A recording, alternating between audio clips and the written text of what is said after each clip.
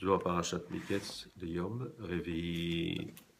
ויזכור יוסף את החלומות אשר חלם להם וגומר.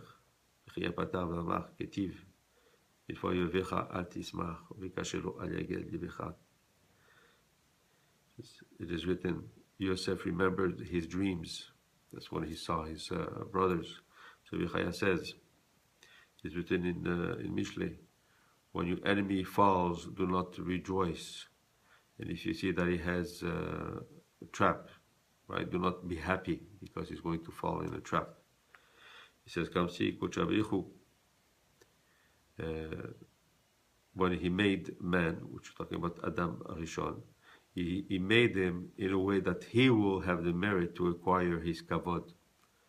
In other words, that is his goal in life, is to acquire this kavod. And what is this kavod, the real kavod? He says here's the one that understands what we call the sodot ha'elyonim, I mean the higher secrets, which is the Zohar and the Kabbalah. And it always works on that. And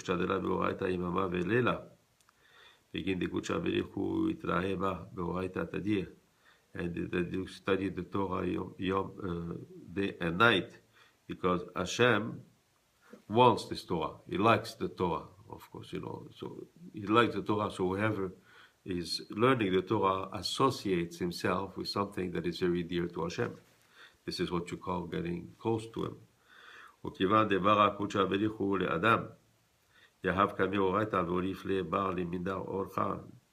He says, and when Hashem created Adam Arishon, he brought to him the Torah, and he taught him how to understand its ways.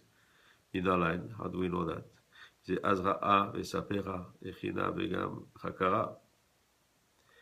says, because we know that from the Torah, there was like the blueprint for Hashem to create the world. So since he used the Torah to create the world, so he used it also to create Adam Arishon. So by Adam Arishon being created by the Torah, so of course he had the knowledge of the Torah. And since he had this Torah, so he was made out of this. And he told man, he said, the fear of Hashem is the chokhmah, is wisdom. And to get away from sin is what we call bina. It's another word from wisdom. It means more like comprehension, to understand.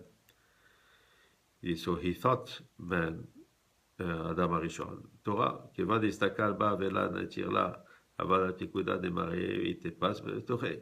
But even if he did learn it, he still disobeyed Hashem, right? When he ate the fruit of the tree of לדעתו מרע.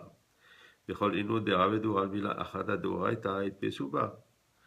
The one that transgressed even one thing of the Torah fell. The examples is Shlomo Melech. Shlomo Malka ditchakam al kol mine alma avad al mila chada d'oraita vegarim la ditchavera malchute minei ulvafegam malchute min benoi. He says Shlomo Melech, which was the wisest of all men, did one thing that was it transgressed the Torah, which is what? Which is when he acquired a lot of wives. And we know that in the Torah it's written that the limit should be 18 wives.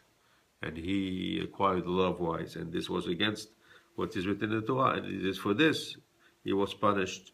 And the Malchut, the royalty, was taken from him and his sons. Now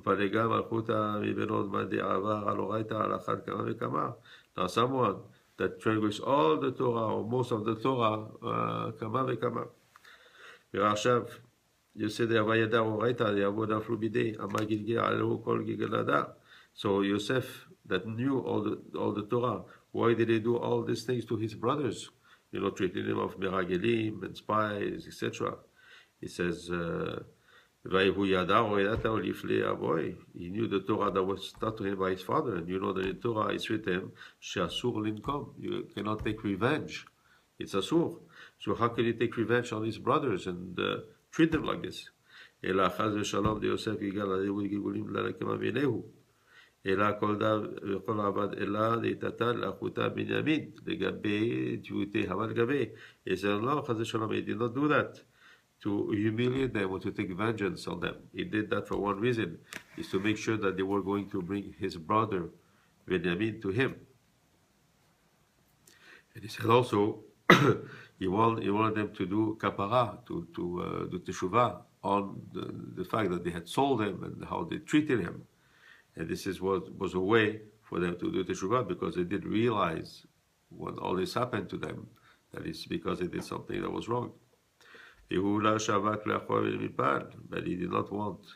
he did not let his brothers fall, even after they realized what is written.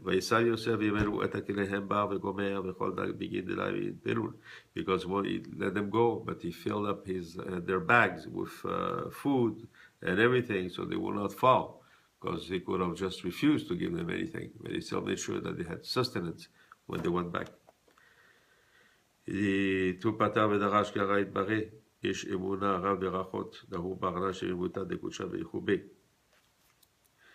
says a man that has emunah, that has a big, important or strong faith is Hashem, he has a lot of berachot. This is someone that has the emunah inside of him. That means that it's a natural thing for him. He says Hashem likes that. He goes to Rabbi Yesa Saba, de Afargav, de Havale Mechala, de Hu Yoma Lechad, La Hava Mitmakin Le'ad, de Sha'im Mezone Kamim Malka Kadisha. The example is of Rabbi Yesa Saba, that even if he had what to eat in front of him in his table, he still will not sit down and eat before he prayed to Hashem to get his sustenance and he's getting his food. But the food was there. No, it's not because his food was there that he took it for granted. He knew that he always had to pray and to ask Hashem, even if he was in front of him, that he still had to pray to Hashem to have it. And only when he did pray and then he finished to pray, then he would eat.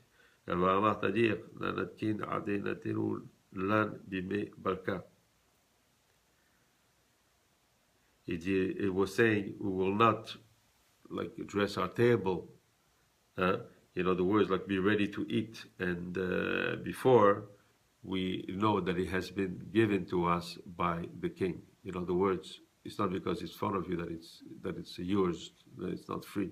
You have to realize that everything that you get, because Hashem grants it to you, and realize that every time and for everything.